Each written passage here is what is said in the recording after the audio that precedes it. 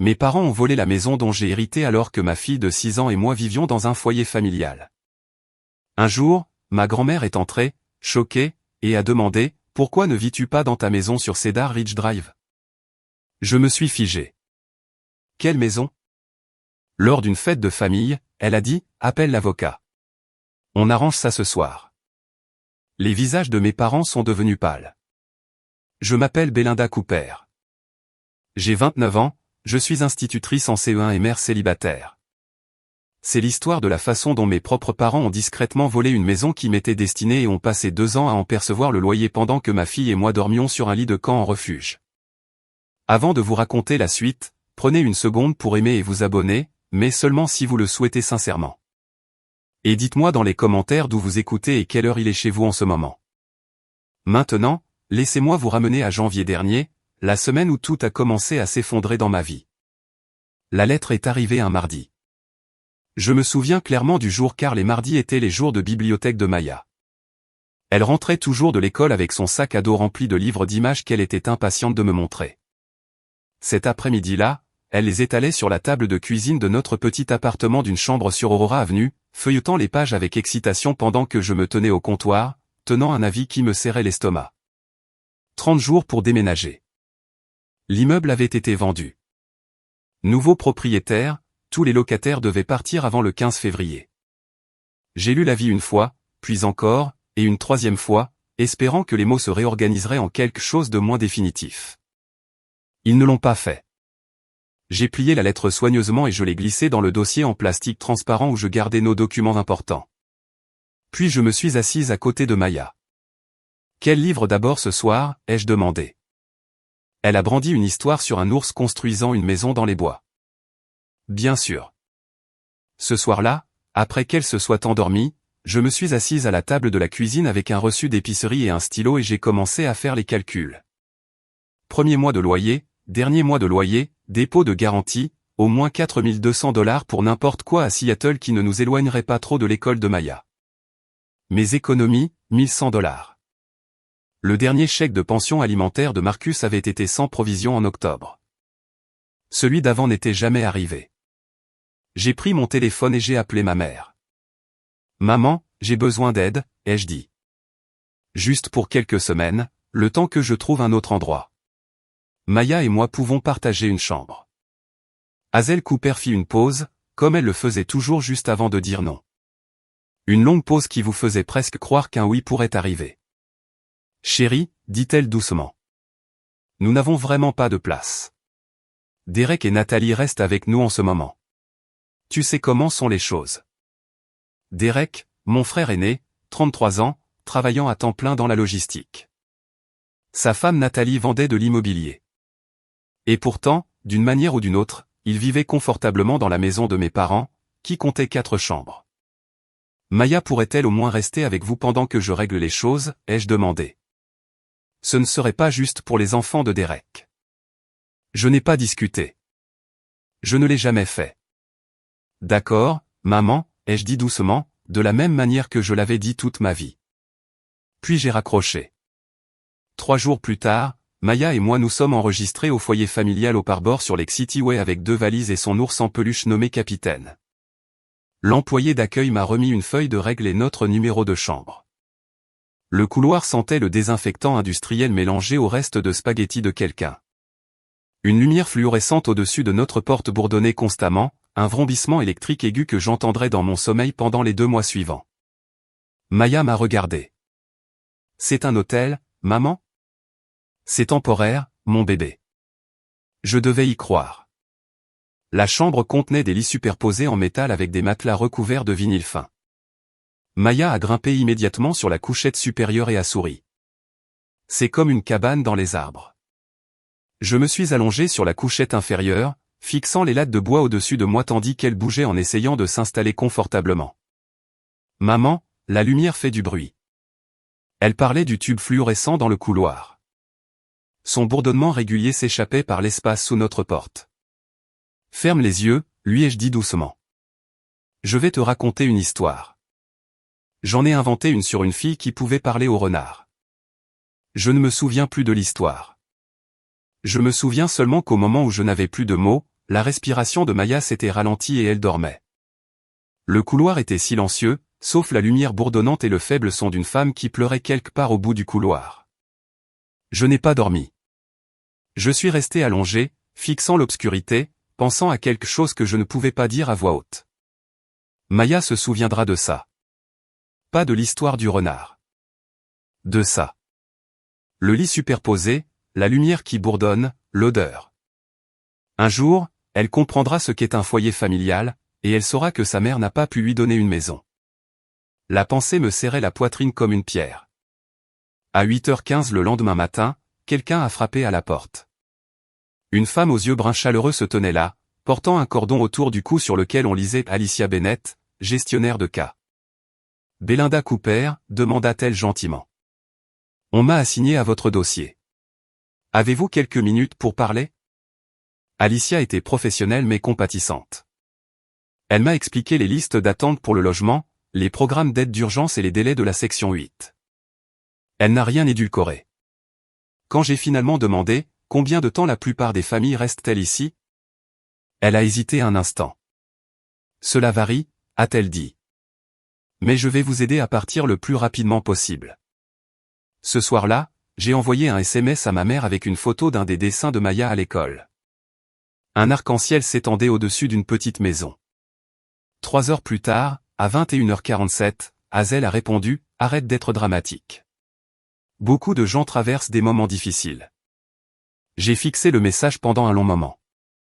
Puis j'ai fait une capture d'écran et l'ai enregistré dans un nouveau dossier sur mon téléphone intitulé « Archives ». Je ne savais pas encore exactement pourquoi. Je savais seulement que je devais le garder. Nos journées se sont transformées en routine. 5h30. Mon réveil vibrait doucement pour ne pas réveiller la famille d'à côté. Je me douchais dans la salle de bain commune sous de l'eau tiède, portant les tongs bon marché que j'avais achetés dans un magasin à $1 car le carrelage avait toujours l'air légèrement collant. Après la douche, j'habillais Maya, lui tressais les cheveux avec un petit peigne que je gardais dans mon sac à main car j'ai vite appris que tout ce qui était laissé dans cette salle de bain disparaissait en quelques heures. À 7h15, je la déposais au programme avant l'école. Puis je conduisais 12 minutes jusqu'à l'école primaire Green Lake, une école Title I où j'enseignais en CE1. Certains de mes élèves venaient en classe affamés, alors je gardais un tiroir rempli de barres de céréales à mon bureau. J'enseignais toute la journée, récupérais Maya à 16h, et à 17h, nous étions de retour au foyer familial au pare-bord. Chaque soir, Maya dessinait. Elle dessinait constamment. Le refuge avait une boîte de crayons de couleur donnée. La moitié était cassée, la plupart d'entre eux de couleur terne et brune. Maya utilisait chacun d'entre eux. Elle dessinait des fleurs, des chiens, des arcs-en-ciel, mais surtout elle dessinait des maisons. Des maisons avec de grandes fenêtres, des maisons avec des jardins, des maisons avec des arbres et des chemins de pierre menant à la porte d'entrée. Parfois, elle dessinait même de la fumée s'élevant des cheminées. Même si c'était janvier à Seattle et que notre dernier appartement n'avait pas de cheminée. Chaque fois que je la regardais dessiner ces maisons, quelque chose dans ma poitrine se brisait un peu plus. Un soir, après qu'elle se soit endormie, je me suis assise sur la couchette inférieure avec un bloc-notes et j'ai refait les calculs. Dépôt plus premier et dernier mois, $4,200. Mes économies, $1,100. L'écart, $3,100. Je n'avais pas. J'ai envoyé un SMS à mon frère Derek. Peux-tu m'aider avec le dépôt? Je te rembourserai dans 6 mois. La réponse est venue le lendemain matin. Désolé, ma sœur. On est serré en ce moment. Maman dit que tu devrais postuler pour la section 8. J'ai fixé le message un instant, puis j'ai ouvert Instagram. La dernière publication de Derek remplissait l'écran. Une photo d'un tout nouveau Toyota Sequoia, peinture argentée brillant sous le soleil. Légende, mis à jour, je n'ai pas répondu à son message. Au lieu de cela, j'ai fait une capture d'écran de la publication, l'ai ajoutée au dossier, archives, de mon téléphone et je suis allé lire à Maya son histoire du soir. 3 semaines après notre emménagement au refuge, Hazel Cooper est venue nous rendre visite. Elle est arrivée portant un sac en plastique rempli de vieux vêtements des enfants de Derek, des chemises au col taché, des jeans usés aux genoux, et un large sourire destiné au personnel de l'accueil. Je suis la grand-mère de Maya, a-t-elle dit à la coordinatrice d'admission en signant le registre des visiteurs avec son écriture soignée et bouclée. Je voulais juste apporter quelques petites choses à ma petite fille. Elle nous a trouvés dans la salle commune. Maya était assise à une table, dessinant à nouveau. Hazel est arrivée, les bras ouverts et la voix joyeuse. Voilà ma fille. Grand-mère est là. Maya l'a serrée dans ses bras avec joie. Depuis l'embrasure de la porte, la coordinatrice d'admission a souri chaleureusement. J'ai observé Hazel attentivement. La chaleur dans sa voix semblait forcée, comme quelque chose qu'elle avait répété en voiture avant d'entrer. Une fois la coordinatrice partie, le sourire s'est estompé. Belinda, nous devons parler. Elle s'est assise en face de moi, posant soigneusement son sac à main sur ses genoux, sa voix prenant le ton sérieux qu'elle utilisait quand elle voulait contrôler la conversation. J'ai réfléchi, dit-elle lentement, si cette situation continue, le refuge, l'instabilité, je pourrais avoir besoin de parler au tribunal de l'arrangement de vie de Maya. Mon estomac s'est glacé. Elle faisait référence à la tutelle supplémentaire. Lorsque Marcus et moi avions divorcé, le tribunal de la famille avait nommé Hazel tutrice supplémentaire temporaire de Maya pendant que je stabilisais mon logement. C'était censé être une formalité technique. Cela ne lui donnait aucune garde. Mais cela lui donnait le droit d'agir. Le droit de déposer des requêtes. Le droit de demander des évaluations. Le droit de dire à un juge, votre honneur, ma petite fille vit dans un refuge. Ce n'est pas un environnement approprié pour un enfant. Je ne te menace pas, dit Hazel, ajustant le col de son manteau. Je suis juste inquiète en tant que sa tutrice légale. Tutrice supplémentaire, ai-je corrigé doucement. La même chose. Ce n'était pas du tout la même chose. Mais je n'avais pas d'avocat assis à côté de moi pour expliquer cette différence. Hazel se leva, embrassa Maya sur le front et éleva la voix pour que quiconque dans le couloir puisse l'entendre. Sois sage pour maman, d'accord? Grand-mère t'aime tellement. Elle signa à nouveau le registre des visiteurs en partant. Date 3 février. Heure 16h20. Cette nuit-là, j'ai commencé à tenir un journal manuscrit. Date, événement, mots exacts prononcés, qui était présent. Je n'avais pas de nom clair pour ce que ma mère faisait. Je savais seulement une chose. Cela devait être documenté. Quelques jours plus tard, j'ai trouvé un studio sur René Avenue, d'environ 55 mètres carrés, à un pâté de maison d'une ligne de bus. Le propriétaire a dit qu'il le retiendrait pendant 72 heures si je pouvais verser $2000. $2000. C'était la distance entre ma fille dessinant des maisons sur le sol d'un refuge et ma fille dormant dans un vrai lit derrière une porte que je pouvais verrouiller. J'ai appelé ma mère une dernière fois. Maman, j'ai trouvé un logement. J'ai juste besoin de $2000 pour le dépôt. Je te rembourserai avec mon remboursement d'impôt en mars. 6 semaines. Hazel laissa échapper un long soupir dramatique. Le genre qu'elle avait perfectionné depuis mes 12 ans. Belinda, ton père et moi vivons avec un revenu fixe. Nous n'avons tout simplement pas ça. 2 semaines plus tôt, elle avait accidentellement posté une photo dans la conversation de groupe familial avant de la supprimer. Je l'avais vue avant qu'elle ne disparaisse. Henry Cooper, fièrement appuyé contre un tout nouveau Chevrolet Silverado, tenant les clés dans l'allée. Revenu fixe.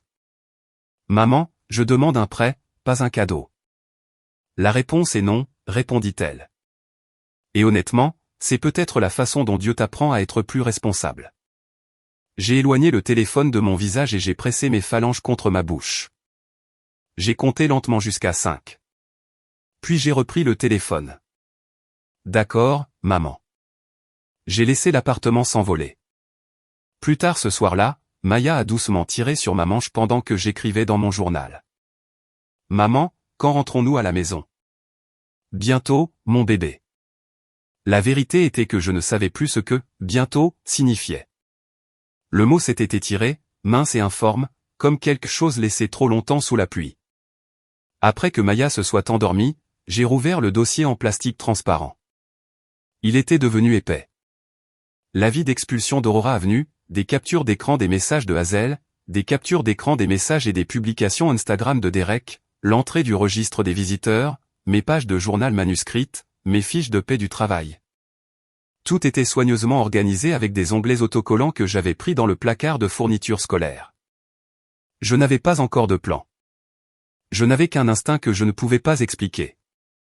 Garder tout. J'ai refermé le dossier et l'ai glissé sous mon matelas. À ce moment-là, je croyais avoir épuisé toutes mes options. Je pensais que c'était simplement ma vie maintenant. Le vrombissement constant de la lumière du couloir, le matelas en vinyle sous mon dos, le mot temporaire, durcissant lentement en quelque chose de permanent dans mon esprit. C'est à cela que ressemblait ma vie. Je pensais que les choses seraient simplement ainsi maintenant. Je me suis trompé parce que 3 jours plus tard, une berline noire s'est arrêtée sur le parking du refuge et tout ce que je croyais de ma famille s'est brisé comme une assiette frappant du carrelage. C'était un samedi après-midi. La salle commune sentait légèrement la soupe de tomates en conserve et la laine humide du manteau de quelqu'un séchant sur le dossier d'une chaise. Maya et moi étions assises à notre table habituelle. Elle dessinait à nouveau. Je faisais semblant de corriger des copies tout en fixant en réalité le solde de mon compte bancaire sur mon téléphone. C'est alors que j'ai entendu une portière de voiture se fermer à l'extérieur. À travers la fenêtre, j'ai vu une Lincoln Town Car noire, le genre de voiture qui ne s'arrêtait jamais sur le parking du foyer familial au pare-bord. Une femme âgée est sortie. Ses cheveux blancs étaient coupés courts. Elle portait un manteau en cachemire couleur camel. Elle se déplaçait lentement mais avec une détermination indéniable. La façon dont les gens bougent quand ils ont déjà pris leur décision. Elle a atteint l'entrée principale et a regardé à travers la vitre. Ses yeux ont parcouru la pièce, passant devant le panneau d'affichage rempli de dépliants pour les banques alimentaires et les cliniques juridiques, devant la rangée de chaises hautes, devant une femme pliant du linge dans un coin jusqu'à ce qu'il se pose sur moi. Elle s'est arrêtée et moi aussi. Je n'avais pas vu ma grand-mère depuis presque 2 ans. Elle semblait plus mince que dans mon souvenir.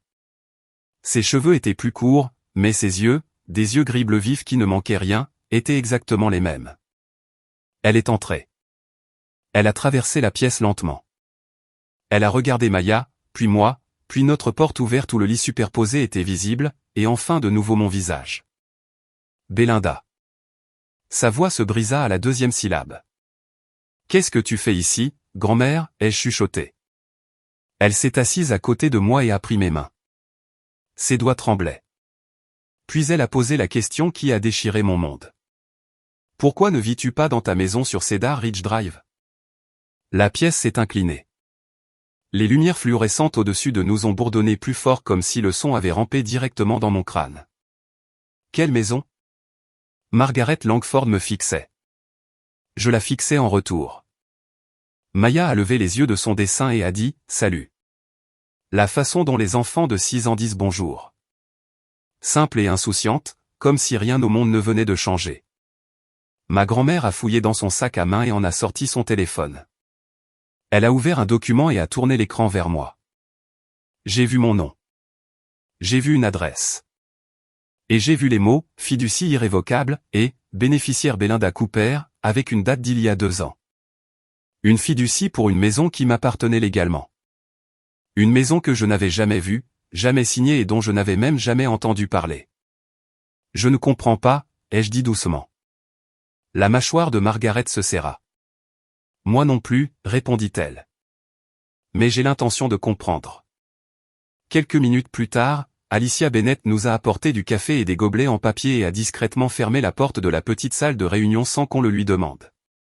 Les bons gestionnaires de cas évaluent rapidement les situations.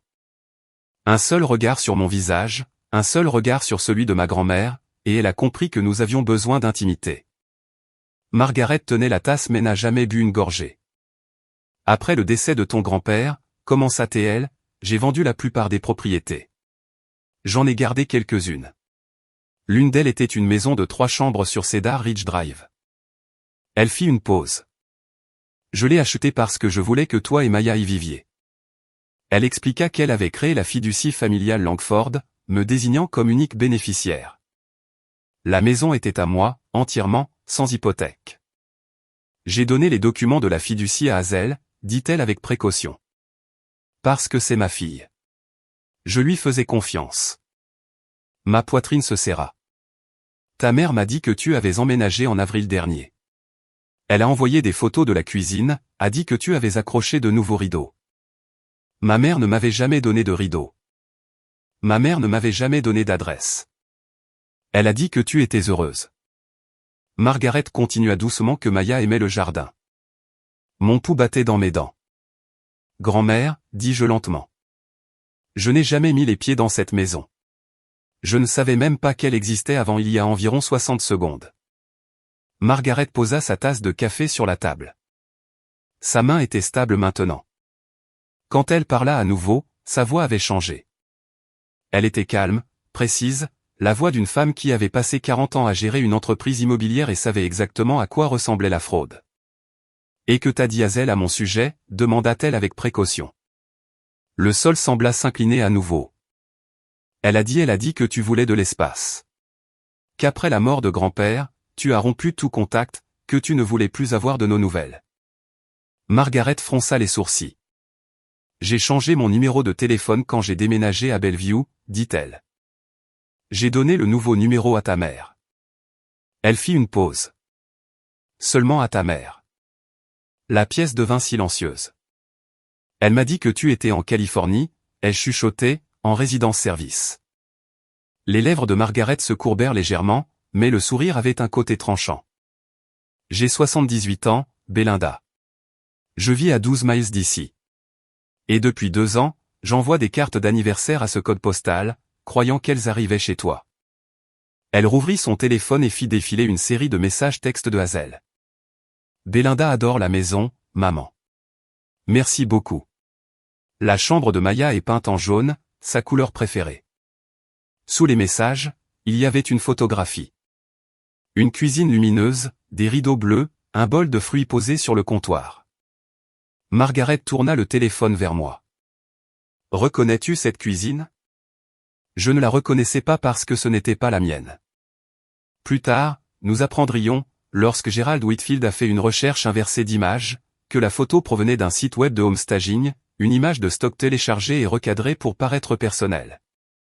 Ma mère avait construit une vie fictive entière pour moi, avec des rideaux et des bols de fruits, et avait alimenté cette histoire à ma grand-mère pièce par pièce pendant que ma vraie vie se déroulait sur un matelas en vinyle sous une lumière fluorescente bourdonnante. Margaret me regarda à nouveau.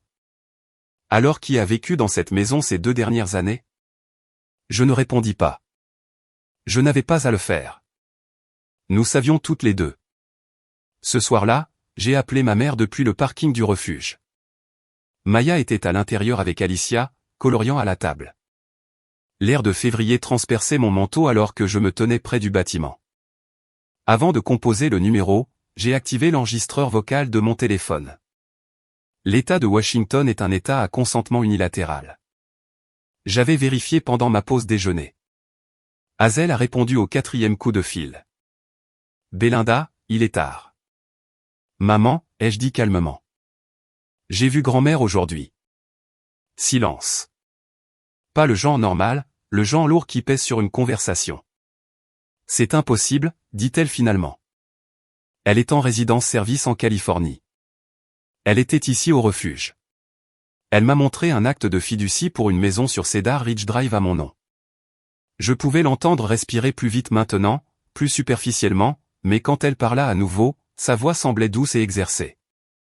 Je n'ai aucune idée de ce dont tu parles. Ta grand-mère est confuse, Belinda. Elle a des problèmes de mémoire.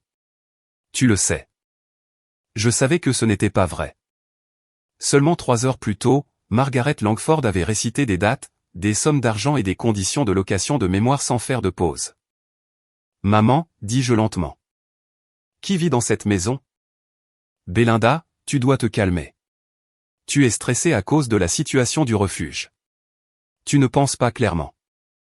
Eh bien, je pense assez clairement pour lire un acte de fiducie. J'appellerai ta grand-mère et je réglerai ça, dit-elle rapidement. Ne fais rien d'irréfléchi. Sa voix baissa légèrement. Plus froide maintenant. Tu sais ce que les tribunaux pensent des mères instables. C'était ça. L'arme chargée et pointée en moins de 2 minutes. J'ai laissé le silence s'étirer entre nous. Puis j'ai dit doucement, « Bonne nuit, maman. » J'ai raccroché.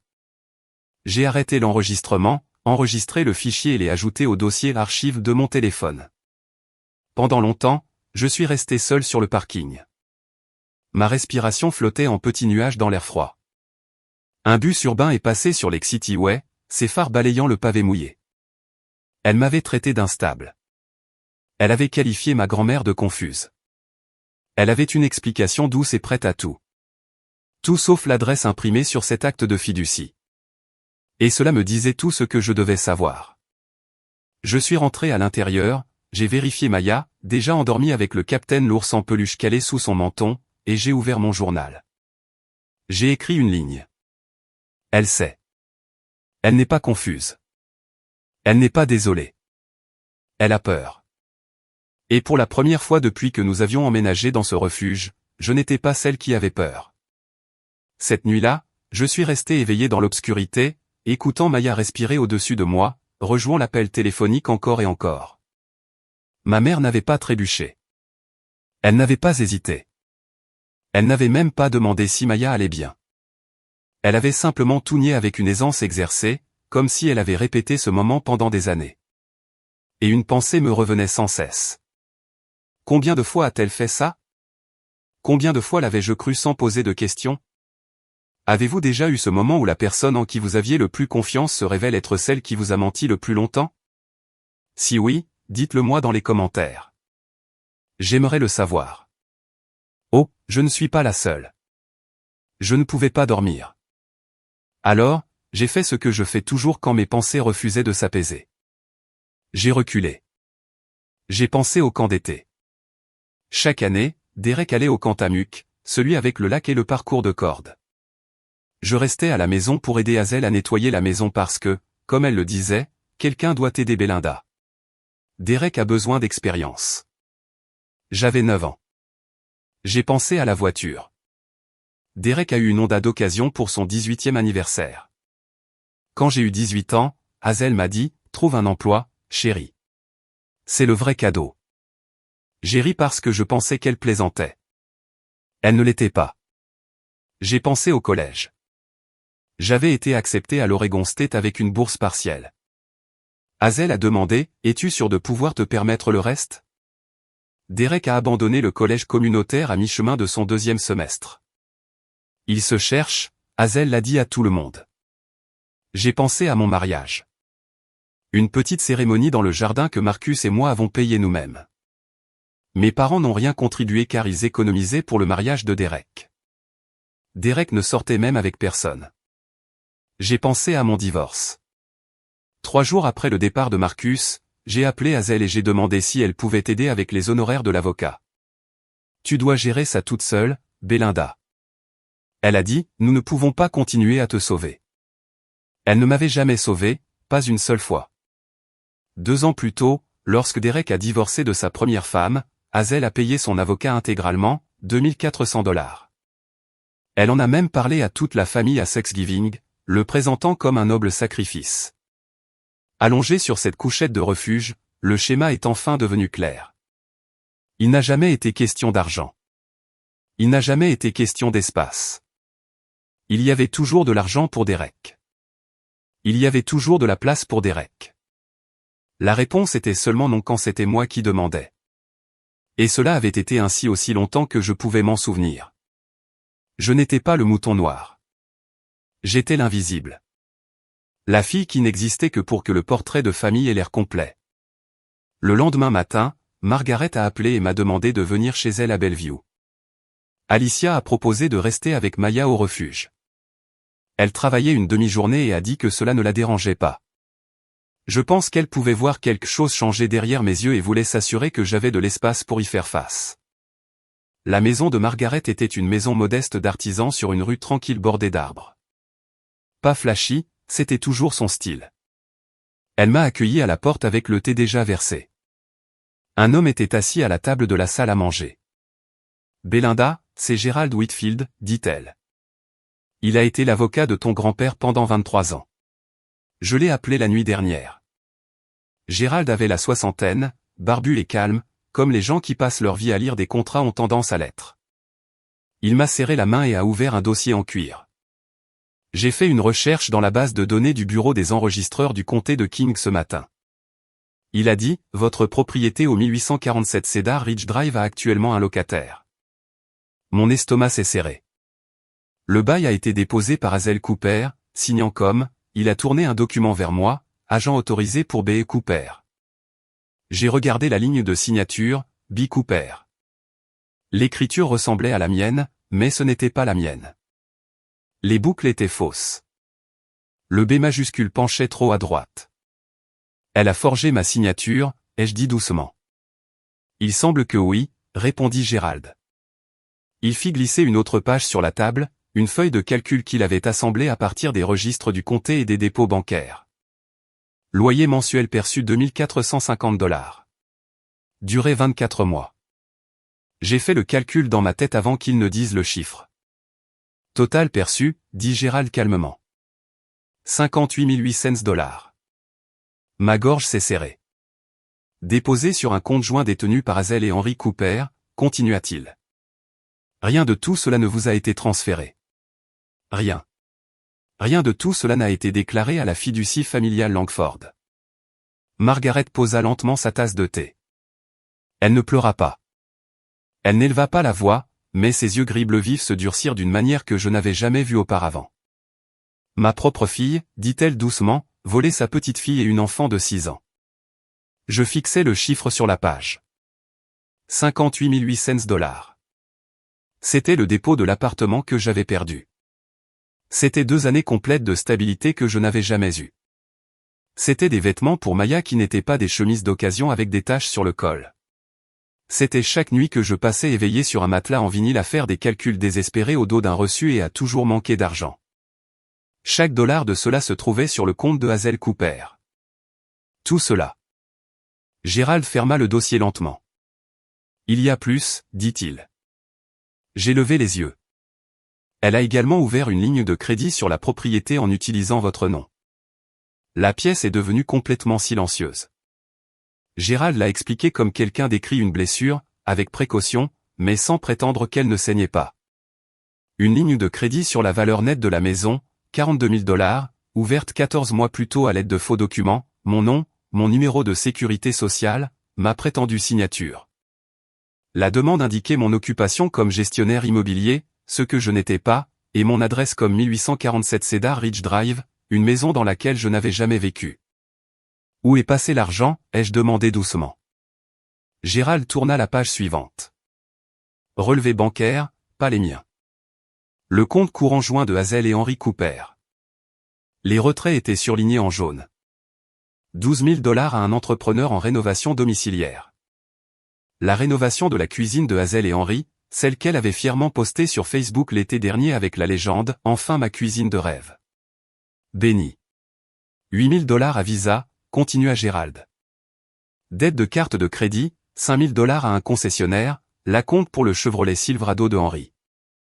Puis il pointa la dernière entrée. 12 000 $ transférés le 14 juin à un compte appartenant à Derek Cooper. Le même mois où Derek avait posté le tout nouveau Toyota Sequoia sur Instagram. Le même mois où il m'avait envoyé un message, « Désolé, ma sœur. On est serré en ce moment. » Gérald me regarda fixement. Cela porte le total à 100 800 $. Revenu locatif plus le tirage sur la valeur nette pris sur votre propriété sans votre connaissance ou consentement. J'ai serré le bord de la table à manger de Margaret. Le bois me parut frais et lisse sous mes doigts. 100 800 $. Pendant que Maya était assise sur les sols d'un refuge, dessinant des maisons qu'elle n'avait pas. Pendant que je mangeais de la soupe en conserve sous des lumières fluorescentes. Pendant que ma mère me disait que c'était la façon dont Dieu m'apprenait la responsabilité. Gérald abaissa légèrement ses lunettes et me regarda. C'est une fraude. Belinda, contrefaçon. Vol par tromperie. Il parla calmement. Nous pouvons aller à la police. Nous pouvons déposer une plainte civile ou les deux. Margaret tendit la main sur la table et posa la sienne sur la mienne. Qu'est-ce que tu veux faire? Je n'ai pas répondu tout de suite. Je suis resté avec le chiffre, les signatures forgées, le SUV de Derek, la cuisine de rêve d'Hazel, le camion de Henry. Tout cela construit sur une maison que ma grand-mère m'avait donnée pour que ma fille ait un foyer. Finalement, j'ai dit doucement, je veux que ma fille ait sa maison. Ma voix était stable. Je veux que chaque dollar soit remboursé. Et je veux qu'ils sachent devant tout le monde exactement ce qu'ils ont fait. Margaret acquiesça une fois. Gérald prit son stylo.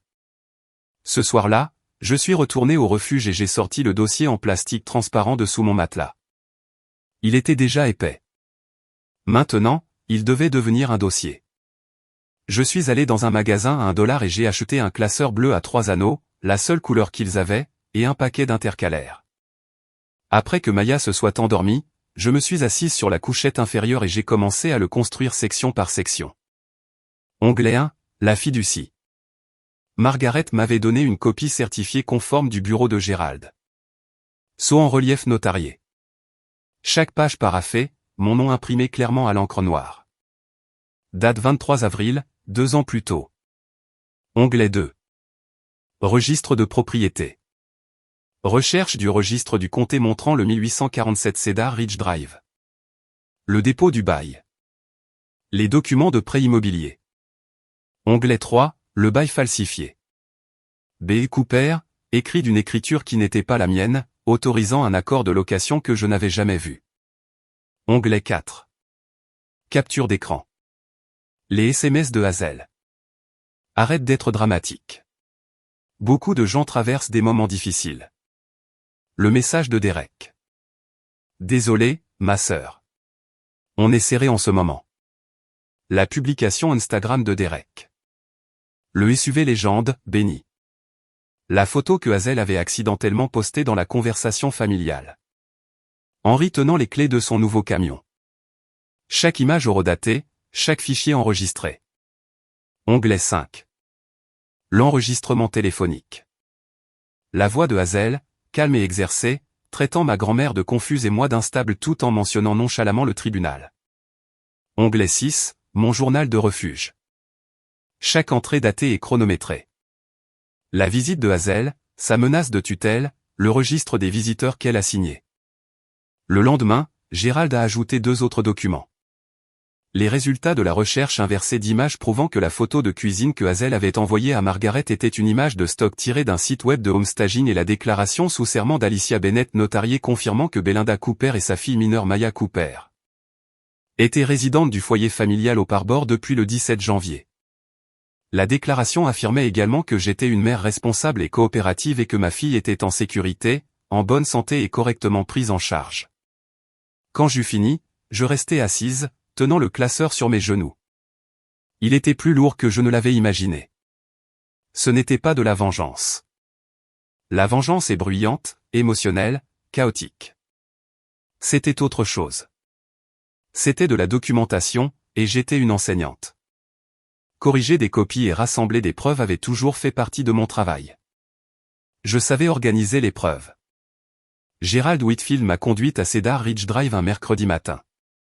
J'avais pris un jour de congé, disant au bureau d'accueil que j'avais un rendez-vous, ce qui, techniquement, n'était pas un mensonge. La rue était calme et résidentielle. Des bouleaux bordaient les 2 côtés, encore nus de l'hiver, mais commençant à montrer de légères teintes vertes à leur extrémité. Les maisons étaient des maisons de style artisanal plus anciennes avec des porches couverts et des toits en pente, le genre de quartier où les gens se sentaient à l'aise de laisser des poussettes sur leur marche. Le numéro 1847 se tenait derrière une clôture blanche en piquet. Une petite pelouse s'étendait vers le trottoir. Du jasmin d'hiver commençait tout juste à fleurir le long de l'allée. La maison avait des volets bleus et une lumière de porche qui brillait toujours même s'il était presque 10 heures du matin. Gérald s'est avancé et a frappé. Une jeune femme a ouvert la porte, fin de la vingtaine, tenant une tasse de café, clairement surprise de voir un homme barbu en costume se tenir sur son porche. « Bonjour », dit Gérald poliment. « Je m'appelle Gérald Whitfield. Je suis avocat et je représente le propriétaire légal de cette propriété. Puis-je vous parler un instant ?» Elle appela son mari. Ils se tenaient ensemble dans l'embrasure de la porte, confus mais coopératifs. Ils louaient la maison depuis 22 mois. Ils payaient $2450 par mois à une femme nommée Hazel Cooper qui leur avait dit qu'elle possédait la maison. Elle a dit que c'était sa propriété d'investissement, expliqua le mari. Elle semblait normale, gentille, en fait. Gérald acquiesça et prit des notes soignées. Ils sortirent leur bail. Il était là encore, la même signature falsifiée. B. Cooper. Gérald photographia chaque page. Je restais sur le trottoir. Je ne pouvais pas me résoudre à entrer. Pas encore. Mais par la fenêtre avant, je pouvais voir une petite pièce juste à côté du couloir. Une chambre à coucher, vide sauf pour des étagères intégrées sous la fenêtre. C'était exactement la bonne taille pour un lit simple, un petit bureau et une bibliothèque. La pièce que j'avais imaginée pour Maya chaque nuit ces 2 dernières années, sans savoir qu'elle existait déjà. Dans le jardin, visible à travers la clôture, une balançoire en pneu pendait d'un grand chêne. Le locataire nous a dit quelle était là quand ils ont emménagé. Maya aurait adoré cette balançoire. Elle aurait tout aimé dans cette maison. Je me suis détourné avant que les larmes ne commencent. Gérald parlait déjà doucement dans son téléphone pendant que nous retournions à la voiture. Les locataires coopèrent, dit-il. Ce sont aussi des victimes ici. Ils ont payé le loyer de bonne foi à quelqu'un qui n'avait aucune autorité pour le percevoir. Il raccrocha et me regarda. Nous leur donnerons un préavis en bonne et due forme. 60 jours. Nous ferons les choses dans les règles. Dans les règles. J'ai retenu ces mots comme on retient une rampe en montant un escalier dont on n'est pas sûr de pouvoir le gravir. L'après-midi suivant, Gérald a tout exposé sur la table à manger de Margaret. Bloc-notes, liste numérotée, un stylo qui coûtait probablement plus cher que mes courses hebdomadaires. Première étape, dit-il, avis de départ aux locataires actuels. 60 jours selon la loi de Washington. Ils ont coopéré. Je n'anticipe pas de problème. Deuxième étape, Margaret, en tant que donatrice de la fiducie familiale Langford, exécute un amendement supprimant l'accès informel de Hazel et nommant un nouveau fiduciaire successeur. Je me recommande à titre provisoire. Troisième étape, nous déposons une plainte pour fraude auprès du bureau du procureur du comté de King. Falsification, vol par tromperie, usurpation d'identité liée au prêt immobilier. Quatrième étape, litige civil pour restitution. Récupération complète de 100 800 $ plus les frais de justice. Il leva les yeux de ses notes. Des questions? Oui, dis-je. Tout ça, mais il y a une chose de plus. Margaret, qui écoutait tranquillement, les mains jointes sur ses genoux, me regarda. La fête, dit-elle doucement. Le samedi suivant était le 35e anniversaire de mariage d'Hazel et Henry Cooper. Les invitations avaient été envoyées des semaines plus tôt. Carton épais, lettrage doré. Hazel avait elle-même organisé le traiteur. Toute la famille élargie serait là. Cousins, tantes, oncles, amis de l'église, voisins, 30 personnes, peut-être plus. 30 personnes qui avaient passé des années à entendre la version d'Hazel de moi. La fille en difficulté, la dramatique, l'enfant ingrate. 30 personnes qui acquiesçaient avec sympathie chaque fois qu'Hazel disait « J'ai tout fait pour cette fille ». Elle a passé des années à construire cette histoire, dis-je doucement. J'ai regardé Gérald. Je veux que tout le monde dans cette pièce entende la vraie. Non pas parce que je voulais l'humilier, mais parce que j'étais fatigué qu'on me demande pourquoi je n'appréciais jamais mes parents. Gérald réfléchit un instant. Je peux préparer une lettre de mise en demeure formelle, dit-il. Résumé des conclusions, avis d'action en justice, conditions de restitution, documentation certifiée. Vous pourriez la remettre lors de l'événement. Remis en main propre, dis-je, à son visage. Margaret jeta un coup d'œil à Gérald. Gérald me regarda en retour. Je l'aurai prête d'ici vendredi, dit-il. Margaret tendit la main sur la table et me serra la main. Je m'assurai que nous sommes toutes les deux invitées. Avant que quoi que ce soit d'autre ne puisse arriver, cependant, je devais retirer la chaîne que ma mère avait toujours autour de ma gorge. Le lundi matin, Gérald a déposé une requête pour mettre fin à la tutelle supplémentaire qu'Hazel détenait sur Maya. Les motifs légaux étaient clairs. J'avais un emploi stable. J'avais une résidence vérifiée en cours, 1847 Cedar Ridge Drive documentée dans la fiducie. J'avais un réseau de soutien, y compris Margaret et la tutrice supplémentaire actuelle, Hazel Cooper, faisait l'objet d'une enquête active pour fraude impliquant mon identité et ma propriété. Cela créait un conflit d'intérêts clair. La déclaration sous serment d'Alicia Bennett était incluse dans le dépôt. De même qu'une lettre de la conseillère scolaire de Maya confirmant une fréquentation régulière et un développement sain. Mes fiches de paie étaient jointes. de même que le dossier de cas du refuge documentant une coopération constante et une parentalité responsable. L'audience était prévue pour jeudi. Hazel n'a pas été prévenue à l'avance. Gérald a déposé une demande selon une procédure accélérée, invoquant le conflit d'intérêts. Sans opposition, le juge a examiné le dossier en privé dans son cabinet. J'étais assise dans la salle du personnel de l'école élémentaire Green Lake, corrigeant des tests d'orthographe pendant ma pause déjeuner, quand l'email est arrivé. Ordonnance mettant fin à la tutelle supplémentaire. Numéro de dossier 24 Faubourg 1127. Le tribunal avait retiré à Hazel Cooper le droit légal sur ma fille. La garde légale et physique exclusive de l'enfant mineur MC est par la présente rétablie en faveur de la requérante Belinda Cooper avec effet immédiat. J'ai lu l'ordonnance une fois, puis encore, puis une troisième fois. Après cela, j'ai baissé la tête sur la table entre une pile de feuilles de travail de CE1 et une tasse de café froid et j'ai pleuré doucement.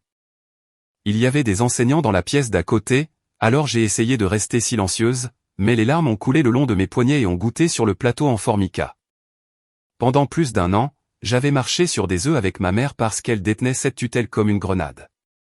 Tu sais ce que les tribunaux pensent des mères instables. Chaque fois que je pensais à réagir, j'entendais cette phrase dans ma tête. Plus maintenant. Je me suis essuyé le visage avant que la cloche ne sonne, je me suis lavé les mains dans les toilettes du personnel, je suis retourné dans ma salle de classe et j'ai passé l'après-midi à enseigner la division longue à 22 enfants de 7 ans. Ce soir-là, Gérald Whitfield m'a envoyé par email la version finale de la lettre certifiée, 4 pages, un résumé détaillé de la fraude, une demande formelle de restitution, un avis d'action en justice imminente. Elle était imprimée sur un papier à en-tête ferme et scellée dans une enveloppe blanche estampillée en rouge. Courrier recommandé.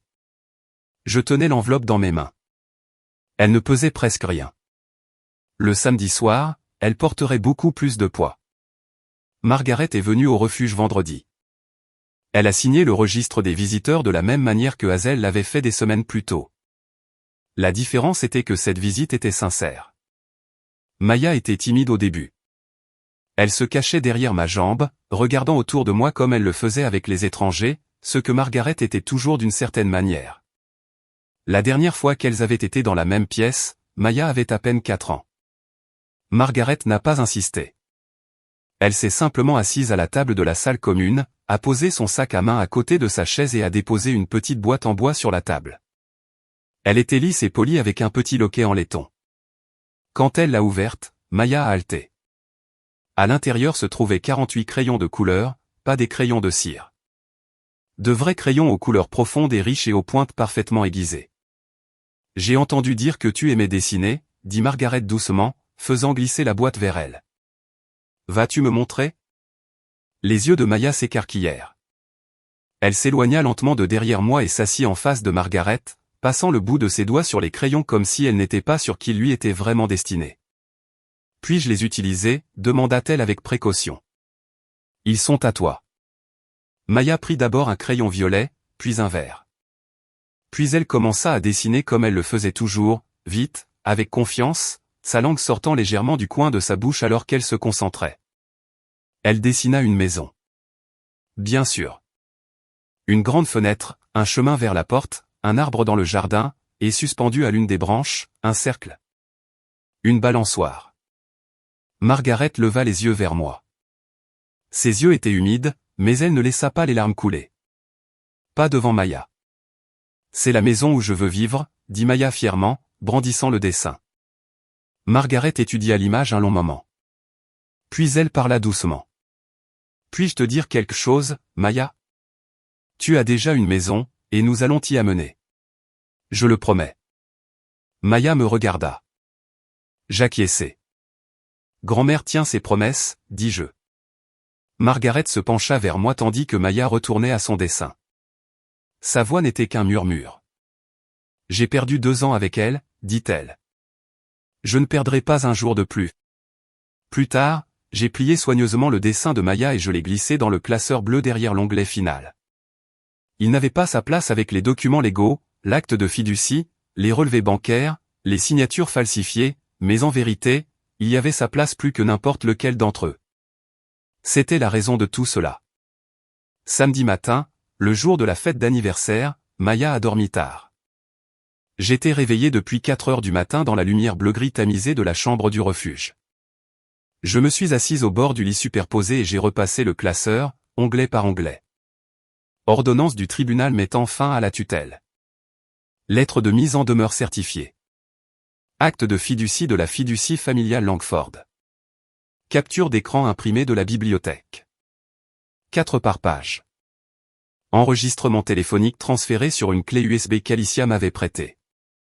Résultat de la recherche inversée d'images, tout documenté, tout numéroté, tout daté de la même manière que j'organisais mes plans de cours.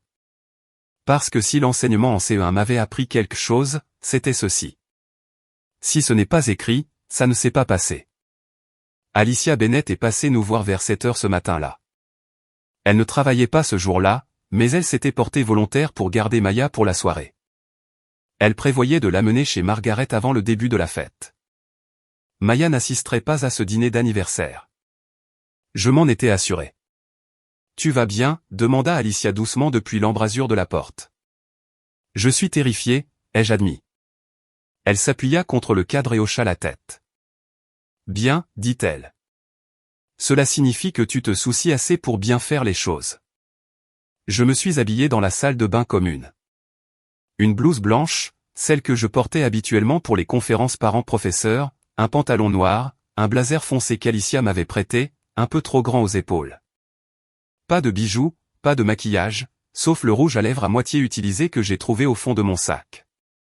Je me suis regardé dans le miroir au-dessus du lavabo. Une femme debout dans des vêtements empruntés dans la salle de bain d'un refuge. La lumière fluorescente bourdonnait au-dessus de moi. Le même vrombissement incessant qui m'avait suivi chaque nuit ces 2 derniers mois. Mais cette fois, il ne sonnait pas pareil. Demain, me suis-je dit, je n'entendrai plus cette lumière bourdonnante. Pas demain, pas le lendemain, pas la semaine d'après. Maya et moi serions ailleurs. Quelque part avec des murs qui nous appartiennent et une porte qui se verrouille de l'intérieur. Mais d'abord, il y avait ce soir. J'ai glissé le classeur bleu dans mon sac, j'ai fermé la fermeture éclair et je suis retourné dans notre chambre. Maya était déjà réveillée, assise droite sur la couchette supérieure avec le capitaine blotti sur ses genoux. « Où vas-tu, maman ?»« Rendre visite à de la famille, mon bébé, ai-je dit. Alicia va t'emmener chez grand-mère Margaret ce soir. Tu vas passer la nuit là-bas. » Son visage s'est immédiatement illuminé. « Puis-je apporter mes crayons ?»« Bien sûr. » Je l'ai embrassé sur le front. Ses cheveux sentaient le shampoing à la noix de coco que j'avais acheté à la pharmacie. La seule petite chose sur laquelle je refusais de faire des compromis. Quoi que nous perdions d'autres, ma fille sentirait toujours quelque chose de chaud et de bon. J'ai pris mon sac. Le classeur s'est déplacé à l'intérieur, solide et lourd. Mes mains tremblaient. Mon esprit était parfaitement clair. À 2 heures de l'après-midi, un message de ma cousine Rachel est apparu pendant que je tressais les cheveux de Maya pour la soirée pyjama. « Salut, juste pour info. Ta mère dit aux gens à l'église que tu as des problèmes de santé mentale. Elle dit qu'elle te soutient financièrement depuis des mois, mais que tu la repousses sans cesse. Les gens y croient. L'oncle Tom a même fait un discours à ce sujet lors de l'étude biblique. Je pensais que tu devrais savoir. » J'ai lu le message 2 fois. Puis j'ai posé mon téléphone et j'ai terminé la tresse. Je n'ai pas été surprise. C'était le manuel de jeu habituel de Hazel, la frappe préventive. Au moment où j'entrerais à cette fête d'anniversaire, 30 personnes croiraient déjà que j'étais instable, ingrate, peut-être même dépendante de quelque chose. Hazel me serrait dans ses bras devant tout le monde, et il penserait qu'elle était une sainte de m'avoir invité. J'avais vu ce scénario se dérouler toute ma vie. La seule différence maintenant était que je connaissais les répliques à l'avance. Un autre message est apparu. Je ne la crois pas, au fait. Quelque chose dans l'histoire m'a toujours semblé bizarre. Tu vas bien ? Je vais bien, ai-je répondu. Tu viens ce soir ? Oui. Bien, ai-je répondu. Garde ton téléphone chargé. J'ai appelé Gérald. Les lettres sont prêtes, a-t-il confirmé. Les originaux sont en sécurité dans le coffre de mon bureau. Celles de votre classeur sont légalement suffisantes. Si l'avocat de Hazel tente quoi que ce soit ce soir, appelez-moi immédiatement. Ensuite, j'ai appelé Margaret. Elle prévoyait d'arriver séparément. Son chauffeur la déposerait vers 18h30. Hazel n'avait aucune idée qu'elle venait. L'invitation était passée par Derek. Margaret lui avait dit qu'elle voulait surprendre votre mère pour l'anniversaire. Apparemment, Derek a dit, c'est tellement mignon, grand-mère. Enfin, j'ai parlé à Alicia, qui était déjà au refuge avec un sac de nuit et une pile de livres de coloriage sous le bras. Elle était prête à emmener Maya à Bellevue dès que je partirais. Je me suis agenouillé devant Maya et j'ai doucement tenu son visage dans mes mains. Amuse-toi bien ce soir, d'accord? Je vais dessiner quelque chose pour grand-mère Margaret. Je vais dessiner sa maison, dit Maya fièrement. Ça a l'air parfait.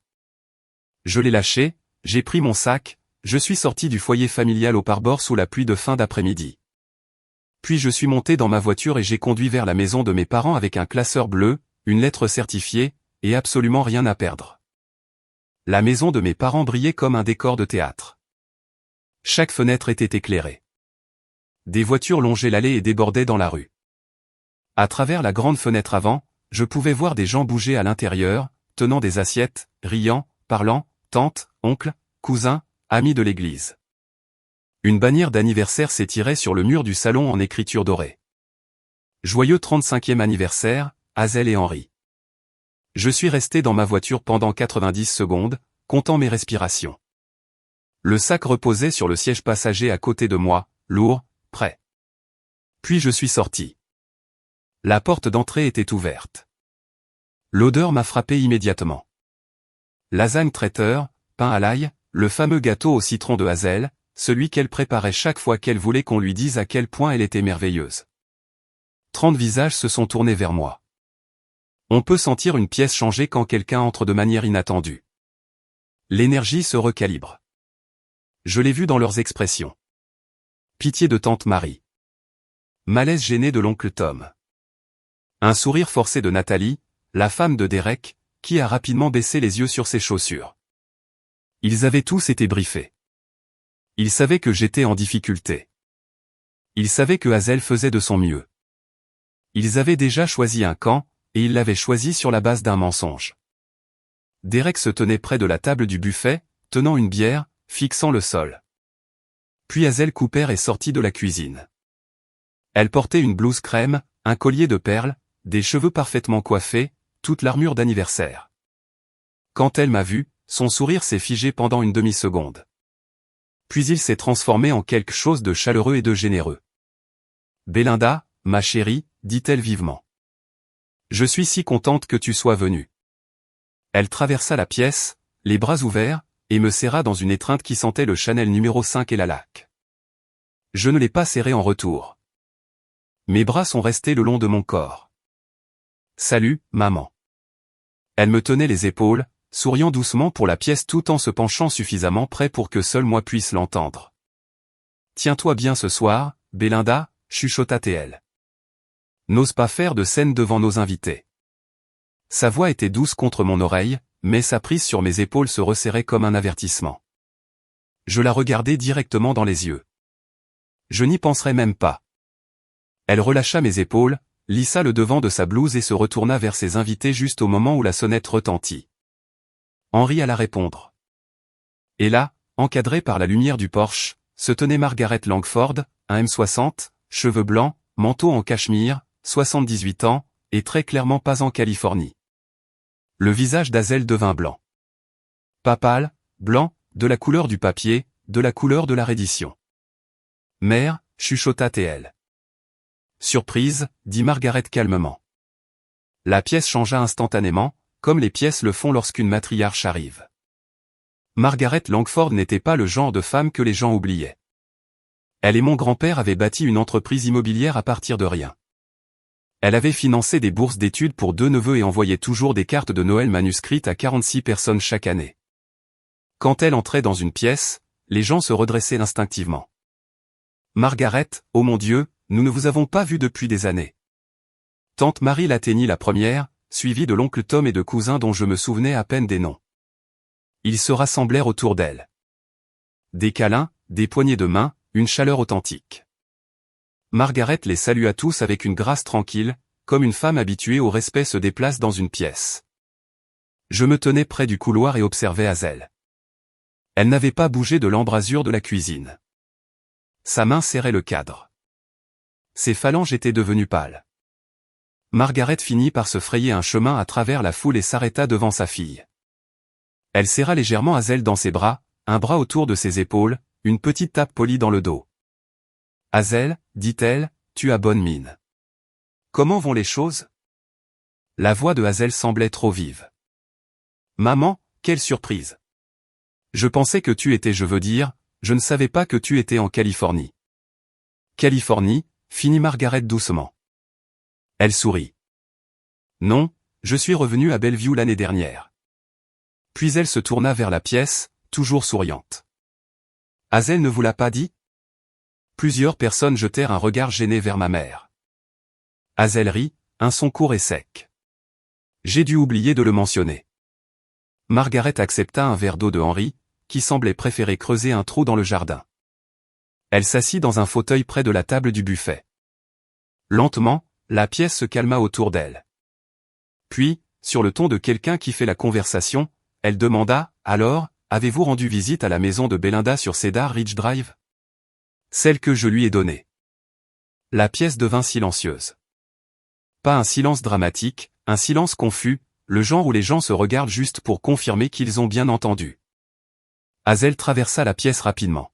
« Maman, ne parlons pas d'immobilier ce soir, dit-elle. C'est une fête. » Margaret prit une petite gorgée d'eau.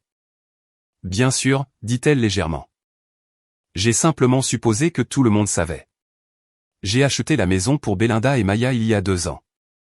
3 chambres, une rue charmante. » Elle me regarda de l'autre côté de la pièce.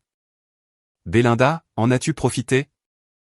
Toutes les têtes de la pièce se tournèrent vers moi, puis vers Hazel, puis de nouveau vers moi. Je ne dis rien.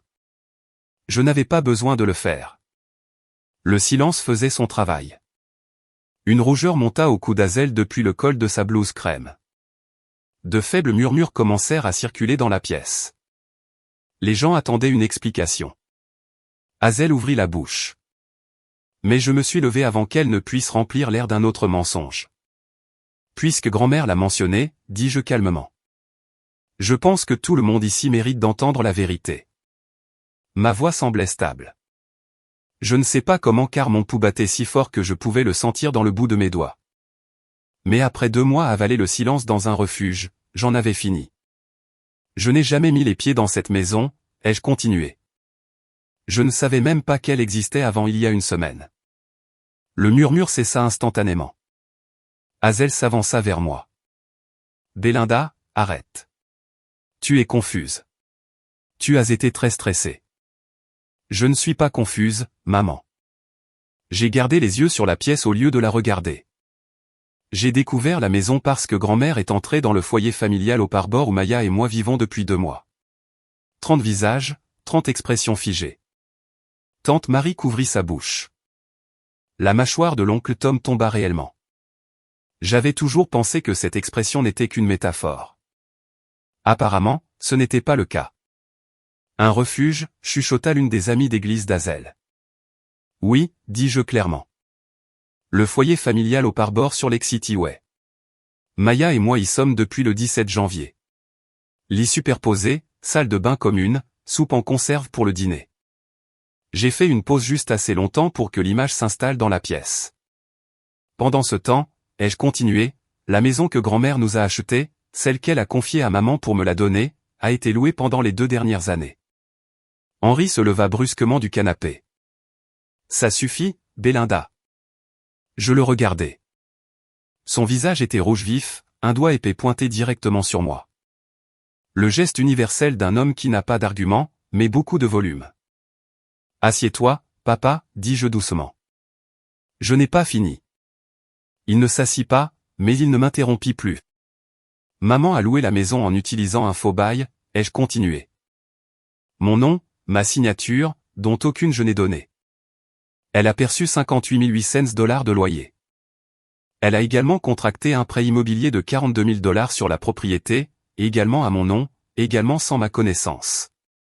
J'ai laissé le chiffre final planer clairement dans la pièce. Montant total prélevé, 100 800 $. J'ai prononcé le chiffre lentement. Je voulais qu'il plane dans l'air. Je voulais que chaque personne présente ressente son poids. Tout cela déposé sur le compte bancaire joint de maman et papa, ai-je dit, pendant que ma fille était assise sur le sol d'un refuge pour sans-abri, dessinant des images de maisons qu'elle n'avait pas. Personne ne bougea. Personne ne parla.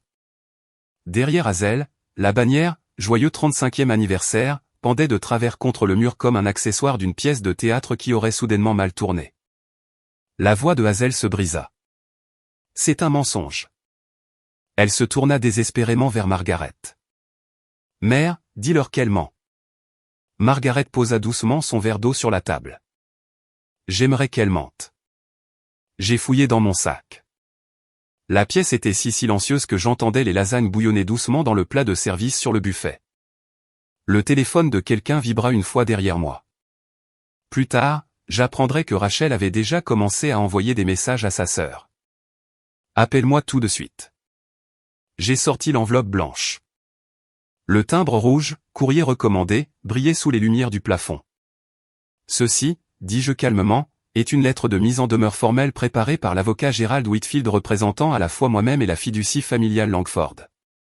J'ai placé l'enveloppe soigneusement sur la table entre le gâteau au citron et un vase de tulipes de supermarché.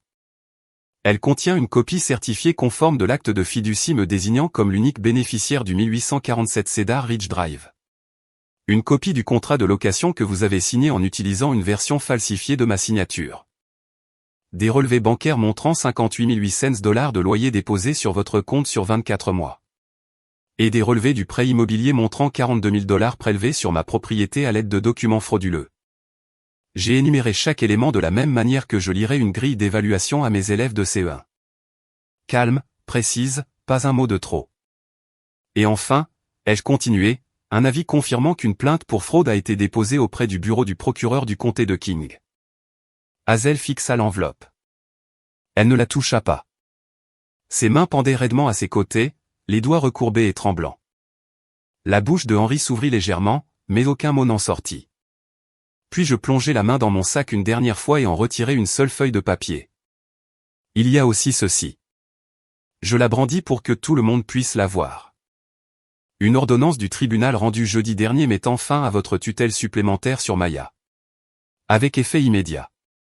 La garde exclusive m'a été rendue. C'est à ce moment-là qu'elle a finalement craqué. Non pas l'argent, non pas les accusations de fraude, mais la tutelle. La laisse qu'elle avait gardée autour de mon cou pendant plus d'1 an. Tu ne peux pas faire ça, chuchota Hazel. Sa voix avait perdu sa confiance douce. Elle sonnait faible maintenant, dépouillée de son poli, réduite à quelque chose de brut. Je suis ta mère. Je la regardais.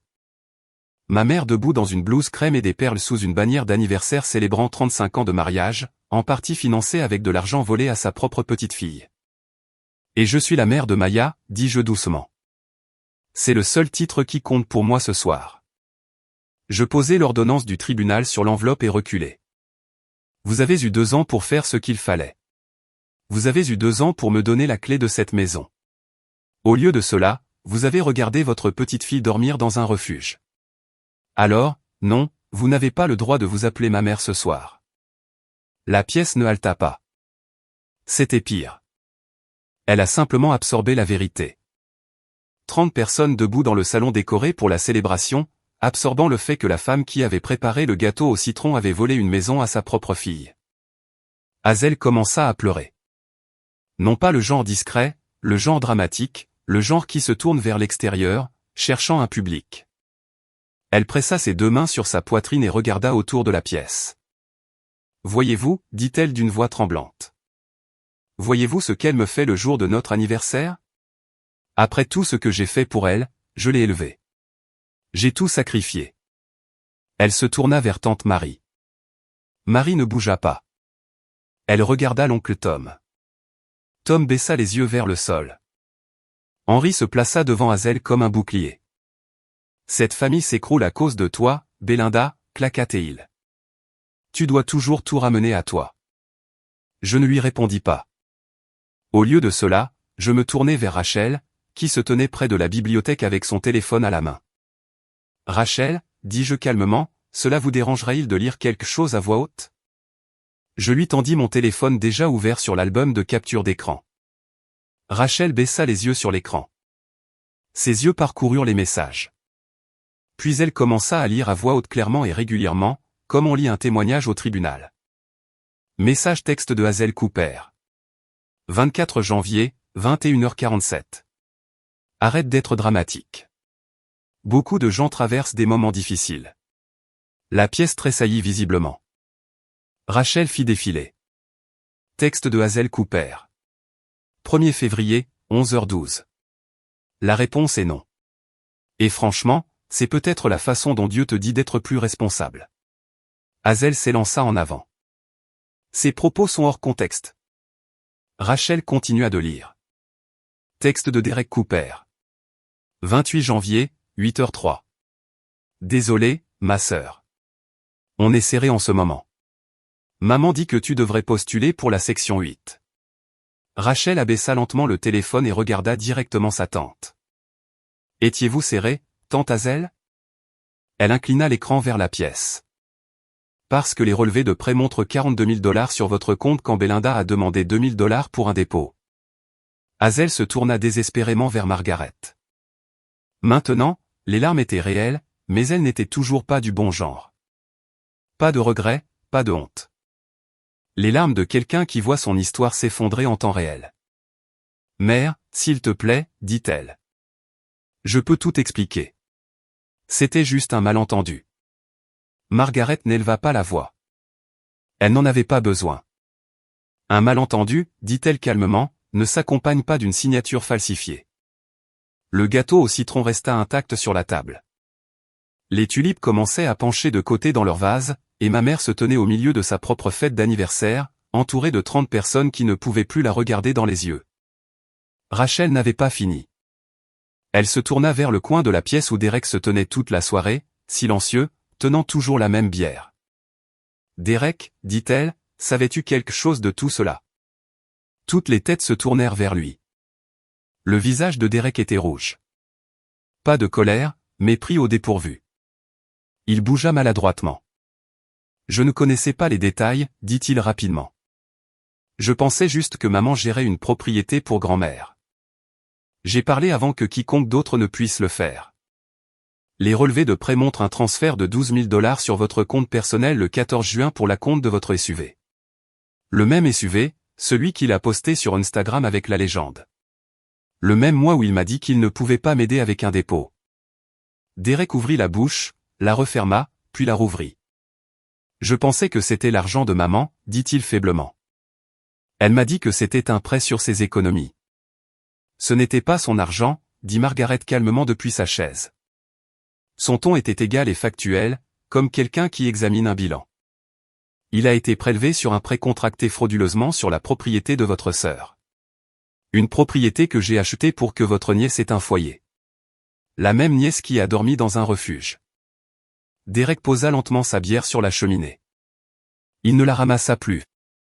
L'oncle Tom parla pour la première fois depuis le début de la confrontation. Sa voix semblait lourde. « Hazel, j'ai garanti pour toi.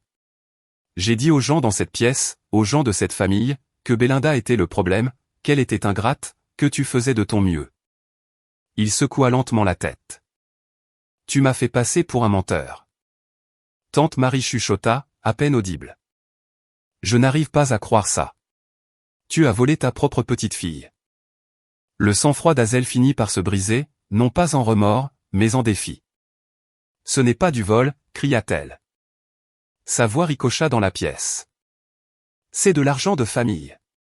Ma mère me l'a donné, et je l'ai géré de la manière que je pensais être la meilleure. » Margaret n'éleva pas la voix. « Je l'ai donné à Belinda, dit-elle doucement. » Ces mots tombèrent avec une certitude absolue. Puis elle ajouta, en 78 ans, « Je n'ai jamais eu plus honte de ma propre enfant. » La pièce retint cette phrase comme une respiration suspendue. Hazel regarda les 30 visages qui souriaient encore quelques minutes plus tôt alors qu'elle coupait le gâteau et célébrait son mariage. Les mêmes personnes qui avaient cru à sa version des événements pendant des années. Maintenant, il n'y avait plus rien. Pas de sympathie, pas de secours, personne à qui jouer la comédie. Sans un mot de plus, elle se tourna et descendit le couloir vers la salle de bain. Henri la suivit, et la porte se referma derrière eux. La bannière d'anniversaire au-dessus du buffet pendait de travers maintenant, un coin affaissé là où le ruban adhésif avait cédé. Personne ne se donna la peine de la redresser. Je suis parti avant que qui que ce soit ne commence à ranger. J'ai conduit jusqu'à la maison de Margaret, j'ai soulevé une Maya endormie du lit d'invité, je l'ai portée jusqu'à la voiture et je l'ai attachée soigneusement, Captain calé entre elle et la ceinture de sécurité. Elle ne s'est jamais réveillée. Sur le chemin du retour vers le refuge, le dernier chemin là-bas, me suis-je dit, le tout dernier. Mon téléphone a vibré 2 fois. Un message de Gérald confirmant que la lettre de mise en demeure avait été officiellement livrée en présence de Rachel et de l'oncle Tom comme témoins. Le second venait de Priya. Une photo que Maya avait dessinée plus tôt ce soir-là chez Margaret.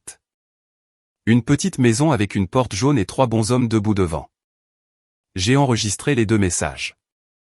La semaine suivante, Gérald fit ce que Gérald fait toujours.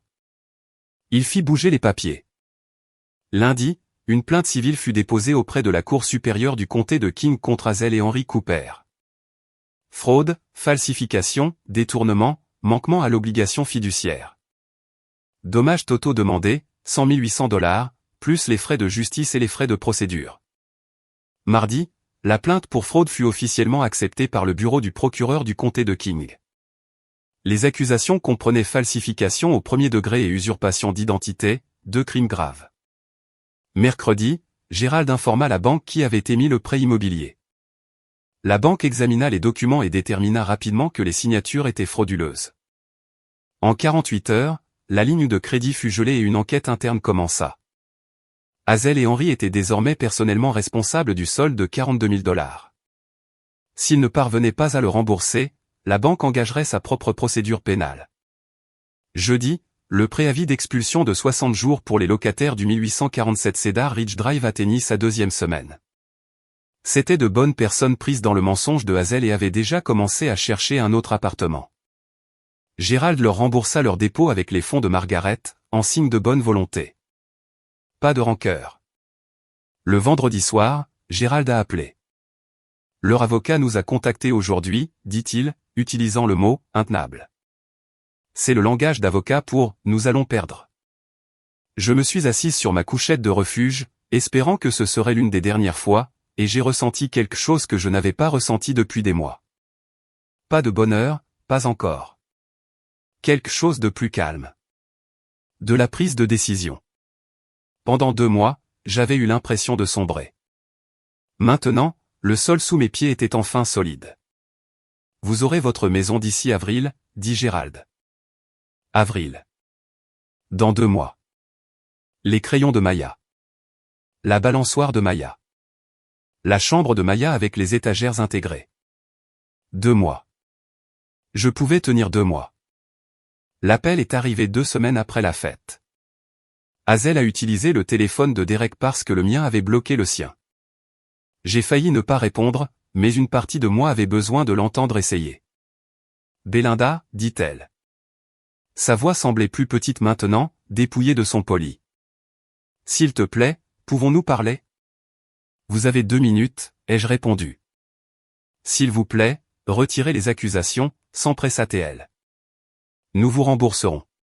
Chaque dollar, je le jure. La tension artérielle de votre père est au plafond. Je ne peux pas dormir. Toute la famille ne nous parle plus. Le pasteur Reynolds nous a demandé de ne pas venir à l'église tant que ce n'est pas résolu.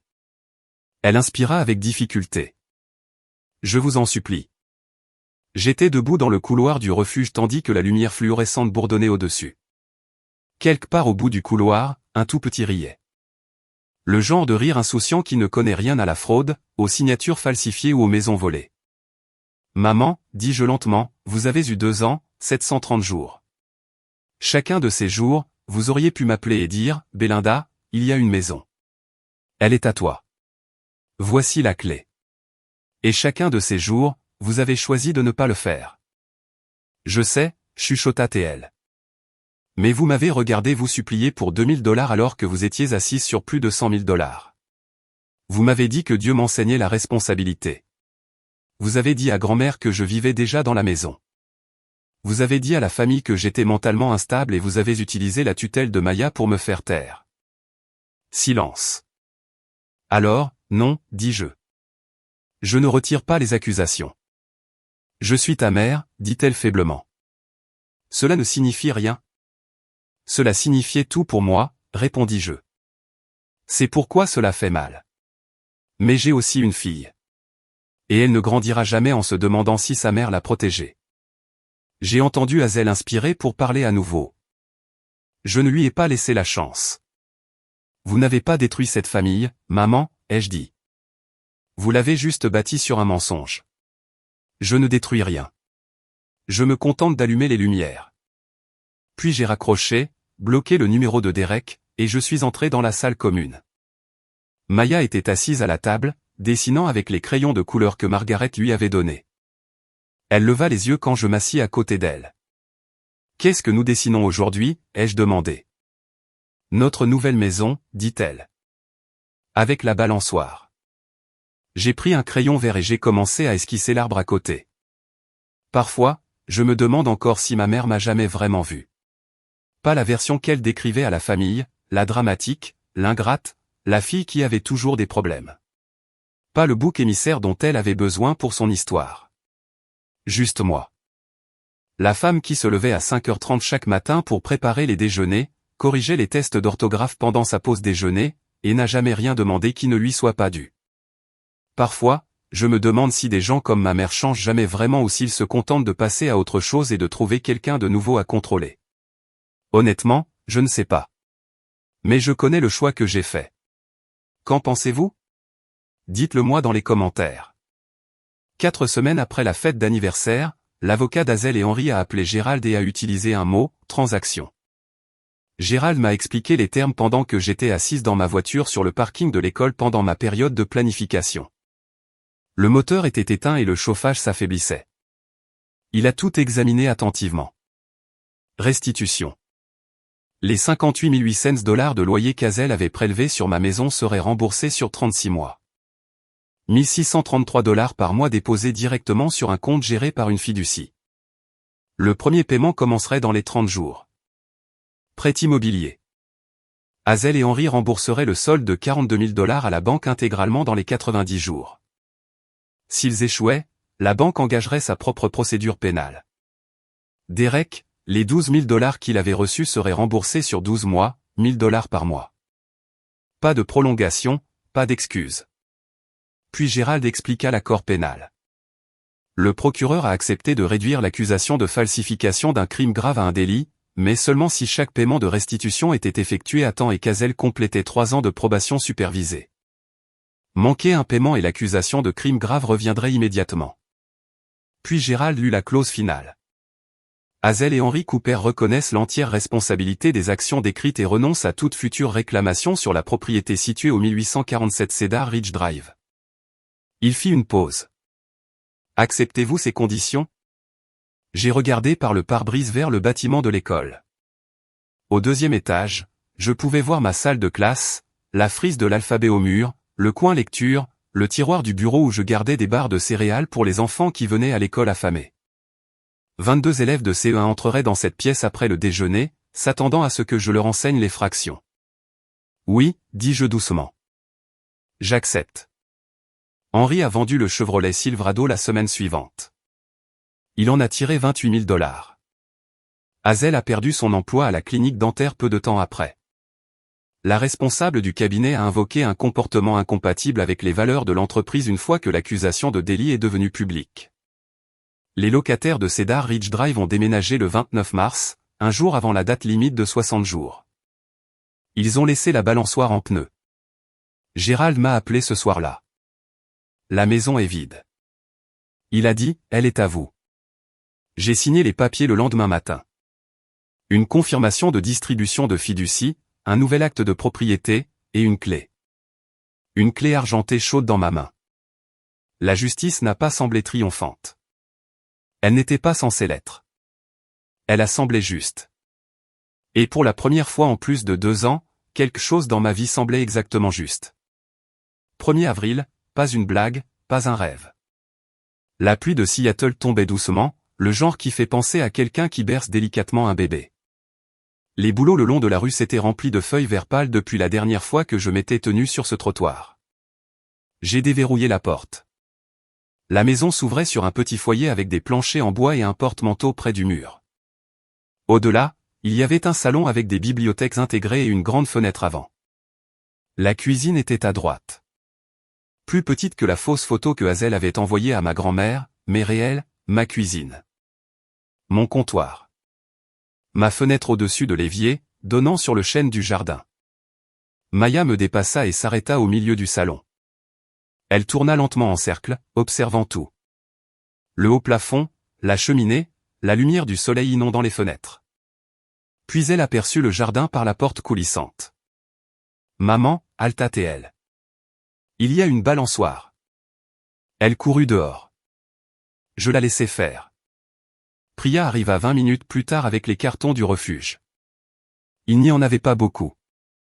3 valises, un sac de fournitures d'art de Maya, le capitaine l'ours, et le classeur bleu, que je posai sur le comptoir de la cuisine et décidai de garder pour toujours. Margaret arriva peu après, son chauffeur portant une boîte d'essentiels de cuisine, casseroles, assiettes, torchons, une bouilloire. Elle plaça un petit vase de jonquilles fraîches sur le comptoir. Elle ne dit rien. Elle n'en avait pas besoin. La chambre de Maya était la petite chambre à gauche avec les étagères intégrées sous la fenêtre, exactement la chambre que j'avais imaginée depuis le trottoir. Nous avons installé le lit jumeau que Margaret avait commandé, avons soigneusement rangé les crayons de couleur sur l'étagère. Puis j'ai pris le dessin que Maya avait fait au refuge, la maison avec la grande fenêtre et la balançoire, et je l'ai scotché au mur au-dessus de son lit. Ce soir-là, pour la première fois en 74 jours, j'ai bordé ma fille dans sa propre chambre. Je lui ai lu l'histoire du renard que j'avais inventé lors de notre première nuit au refuge. Elle s'est endormie avant la fin. Je suis resté dans l'embrasure de la porte et j'ai écouté. Pas de lumière fluorescente qui bourdonne. Pas d'étrangers qui pleurent dans le couloir. Pas de matelas en vinyle qui froisse à chaque mouvement. Juste la pluie sur le toit. La respiration lente et régulière de Maya, et le son calme de la maison s'installant autour de nous comme si elle attendait. Je suis entré dans ma chambre, mon lit, ma porte qui se verrouille de l'intérieur. Je me suis allongé dans l'obscurité et j'ai pleuré. Mais ce n'étaient pas les larmes du refuge, celles que j'avalais pour que Maya ne les entende pas. C'était différente. C'étaient les larmes d'une femme qui, après 2 longues années, avait enfin cessé de se noyer. Et le silence dans cette maison était différent. Pas le genre de silence que l'on entend dans un refuge, où le silence signifie que quelqu'un dans le couloir essaie de ne pas pleurer. C'était le silence d'une maison où le silence signifie simplement que tout le monde à l'intérieur est en sécurité. 6 mois plus tard, en octobre, les bouleaux de notre rue sont devenus dorés et Maya a dit qu'ils ressemblaient à des bougies. Elle a commencé le CE1 à l'école élémentaire Fernwood, à seulement 5 minutes à pied. Chaque matin, je la conduisais à l'école et chaque après-midi, je la retrouvais à la porte. Le vendredi, elle rentrait à la maison avec un dossier rempli de dessins, et nous accrochions les meilleurs au réfrigérateur jusqu'à ce que le réfrigérateur lui-même disparaisse sous des couches de couleurs. Margaret rendait visite tous les samedis. Elle et Maya s'asseyaient à la table de la cuisine avec les crayons de couleur et dessinaient ensemble. Margaret était terrible en dessin, ce qui faisait tellement rire Maya qu'elle glissait parfois de sa chaise. Maya l'appelait elle. Margaret appelait Maya ma petite artiste. Parfois, je les entendais chuchoter ensemble pendant que je me tenais dans l'embrasure de la cuisine, tenant une tasse de café, respirant simplement l'instant. J'ai commencé une thérapie en mai. Priya m'a recommandé un thérapeute nommé Dr Kesley, spécialisé dans les traumatismes d'origine familiale. Je n'y suis pas allé parce que je me sentais brisé. J'y suis allé parce que je voulais comprendre pourquoi j'avais passé 29 ans à dire « D'accord, maman ». La réponse n'est pas venue d'un coup. Elle est venue lentement, comme le printemps arrive à Seattle, gris pendant longtemps. Puis soudain, tout fleurit. Hazel et Henry ont commencé à effectuer leur paiement de restitution à temps. Une fois par mois, je vérifiais le compte fiduciaire, confirmant le dépôt, puis fermais l'écran. Finalement, ils ont vendu leur maison et ont déménagé dans un petit appartement d'une chambre à l'est de Seattle. Lorraine m'a dit que je ne ressentais pas de satisfaction. Je ne ressentais pas de pitié. Je me sentais juste bien. Derek a envoyé un SMS en août. 3 courtes lignes. Je suis désolé. J'aurais dû savoir. J'aurais dû faire plus. Je l'ai lu. Je n'ai pas répondu. Peut-être qu'un jour je le ferai, peut-être pas. Ce choix m'appartient maintenant.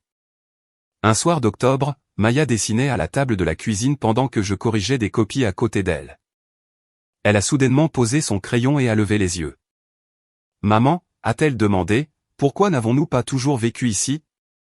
J'ai posé mon stylo et j'y ai réfléchi.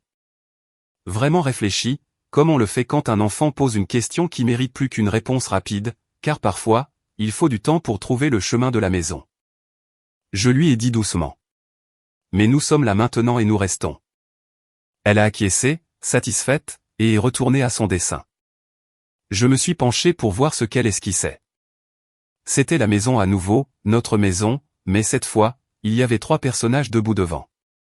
Un grand, un petit, et derrière eux un plus petit avec des cheveux blancs et un large sourire. J'ai fixé ce dessin pendant un long moment. Puis j'ai souri. Le genre de sourire qui ne pèse rien du tout. S'il y a une chose que j'espère que vous retiendrez de mon histoire, c'est ceci. Parfois, la vérité la plus difficile à accepter est que les personnes qui devraient vous protéger peuvent aussi être celles qui vous blessent le plus. Pendant des années, j'ai cru que maintenir la paix signifiait être une bonne fille. Je restais silencieuse, disais d'accord et me convainquais que supporter l'injustice était le prix de la famille. Mais le silence ne guérit pas la trahison.